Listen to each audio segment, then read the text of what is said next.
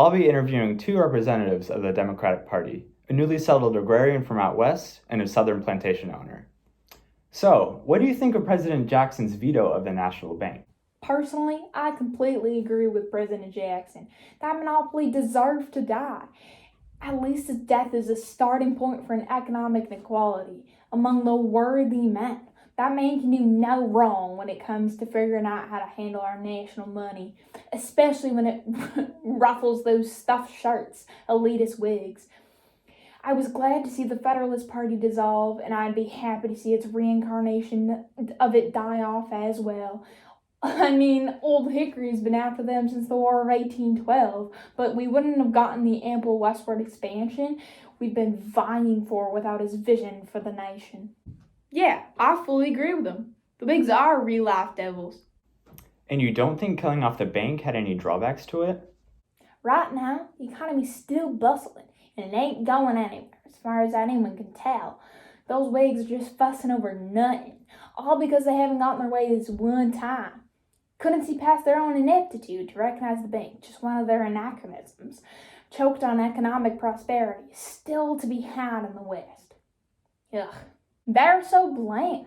The Whigs wouldn't know democracy if up and smacked them in the face. Can't they see the writing on the wall? What a market-run society would mean? It could split the Union with all the problems it brings, particularly the contentions over the little peculiar institution, if y'all know what I mean. Not to stir the pot, but what do we need a more equal capitalist society for? When the agriculture served us well. My only complaint against the Whigs is their economics. Apologies, partner, but for once, I agree with the Whigs' abolition movements. Now, moving on, according to Jackson's veto message from 1832, we, the humble members of society, the farmers, mechanics, laborers, have neither the time nor the means of securing the favors to ourselves, having a right to complain of the injustices of our government. The Whigs have no reason to complain. They're the ones with innate advantages. They hide their shadiness with their big egos.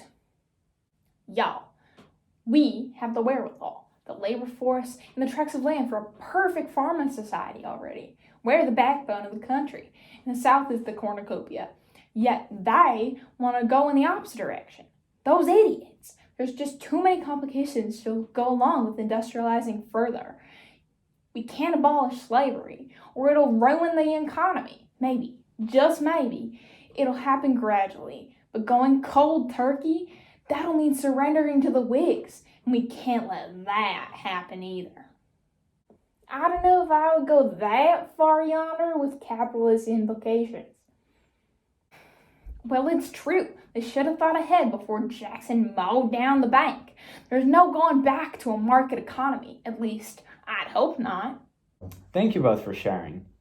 Tune in to see the ladies back at our station finish off the segment. Take it away.